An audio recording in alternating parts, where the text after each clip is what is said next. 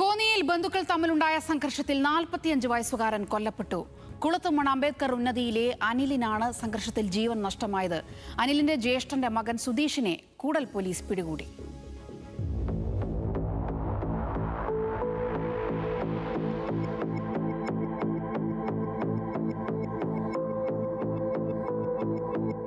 ഇന്നലെ രാത്രി 9 മണിയോടെയായിരുന്നു സംഘർഷം.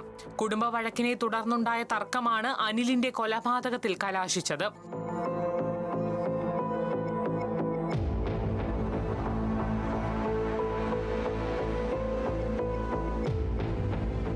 ചെങ്ങറയിൽ താമസിക്കുകയായിരുന്നു കൊല്ലപ്പെട്ട അനിൽ. കോന്നി കുളത്തുമണിലുള്ള കുടുംബ വീടിനോട് ചേർന്ന് അനിലിന്റെ ചേട്ടൻ സുനിലിന് വീടുണ്ട്. തമിഴ്നാട്ടിലാണ് സുനിലിന്റെ താമസവും ജോലിയും. അനിൽ ഇടയ്ക്കിടെ ചേട്ടന്റെ വീട്ടിൽ വന്ന് താമസിക്കുകയുമായിരുന്നു. ഇതിന്റെ പേരിൽ സുനിലിന്റെ മകൻ സുധീഷും അനിലും തമ്മിൽ പലപ്പോഴും വാക്കുതർക്കമുണ്ടായിട്ടുണ്ട്.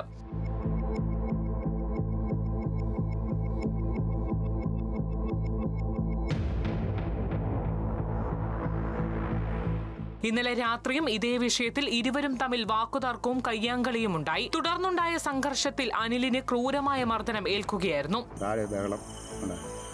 കഴിഞ്ഞ് എൻ്റെ അനിയച്ചാരും കിണളിൽ കയറി വന്നു. അതിൻ്റെ പുറകെ ഇവനും കയറി വന്നു.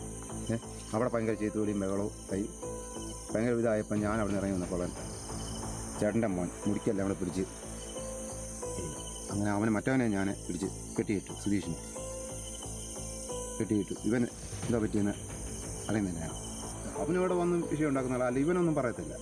അങ്ങനെ പണി അവിടെ വന്ന് കിടക്കുന്നേ ഉള്ളൂ, അല്ലാതെ ഒരു ഇതില്ല. ചവിട്ടേറ്റ് വീണ അനിലിനെ ഉടൻ തന്നെ കോന്നി താലൂക്ക് ആശുപത്രിയിൽ എത്തിച്ചെങ്കിലും ജീവൻ രക്ഷിക്കാൻ കഴിഞ്ഞില്ല. സംഭവ സ്ഥലത്ത് നിന്ന് തന്നെ പ്രതി സുധീഷിനെ കൂടൽ പോലീസ് കസ്റ്റഡിയിലെടുത്തു. സുധീഷ് നേരത്തെ പോക്സോ കേസിൽ ഉൾപ്പെടെ പ്രതിയായ ആളാണെന്ന് കൂടൽ പോലീസ് അറിയിച്ചു. ന്യൂസ് മലയാളം, പത്തനംതിട്ട.